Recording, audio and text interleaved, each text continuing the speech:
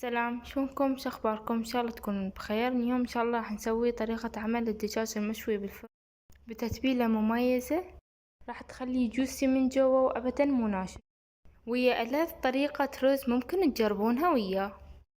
اول شي جبت دجاجة 3 كيلوات وزنها، غسلتها كل زين ويا الخل وعصير الليمون وخليتها متنقع بيه لمدة نص ساعة عمود نتخلص من الزفر. ملحتها بملعقة ونص من الملح وفركتها بيه حتى يوصل كل الأطراف.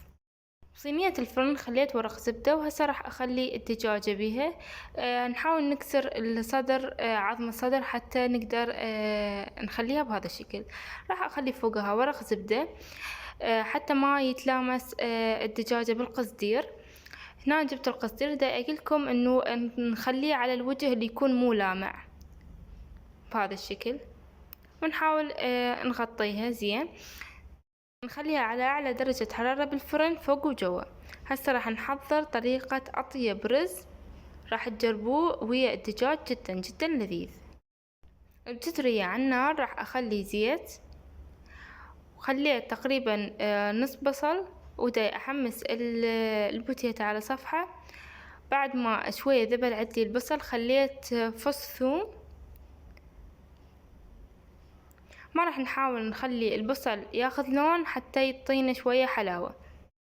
خليت البهارات، طبعا خلطة بهارات جدا لذيذة ويا هاي الوصفة التمن.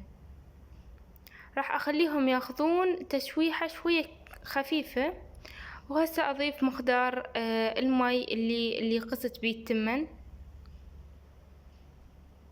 بعد ما غلى المي راح اضيف التمن عليه، ولازم نخوطه كله زين حتى يتجانس ويا المي والبهارات، وتطلع عندنا كل حبة وحبتها. بعد ما نشف الماي بهذا الشكل راح اضيف البوتيتا المقلية ويا الجزر والبازلة، طبعا اضافات حسب الرغبة، بس هاي الاضافات الرئيسية. راح اخلطه بهذا الشكل، وصار عندنا التمن جاهز. طريقة جدا لذيذة وان شاء الله تعجبكم.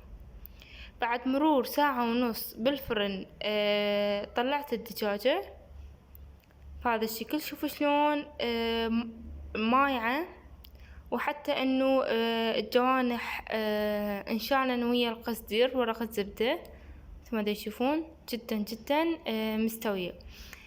هسه راح احضر للصلصة اللي راح ادهنها بيها، اللي راح تعطينا طعم والنكهة جدا لذيذة. عندي مجموعة من البهارات، راح اضيف عليهن تقريبا ليمونة كاملة عصرتها حتى يعطينا نكهة الحامض، ويا راس من خاشوقة من معجون طماطة. اخلطها بهذا الشكل. طبعا معجون الطماطة اذا تحبون لا تخلوله. من المي اللي نزل من الدجاجة حتى ما نضيف زيت يعني غير صحي، يعني راح اضيف زيت الدجاجة نفسه. فخليه اخذت المي مالت الدجاجة وخلطته وصار بهذا الشكل. هسه راح ادهن بيه الدجاجة من كل الجوانب، وصارت عندنا اطيب تتبيلة للدجاجة. بعد ما دهنتها راح اخليها بالفرن تقريبا ساعة ايضا فوق وجوا على اعلى درجة. بعد ما التمن استوى عندي راح اخليه بصحن التقديم. وبهذا الشكل الدجاجة صارت عندنا. طبعا هاي مو محترقة، بس انه الكاميرا هيك انه غمقت لونها. راح ازينها باوراق المعدنوس ويا شرائح الليمون. شوفوا شلون مستوية، بحيث انه اجزائها تفصصت، وشلون من جوا ذايبة وصايرة مثل الحلقوم. اتمنى يا رب يعجبتكم الوصفة. لا تنسون من اللايك والشير والسبسكرايب، وتضغطوا على جرس الاشعارات طبعا اذا عجبكم الفيديو. ومع السلامة، اشوفكم بوصفات جديدة. باي.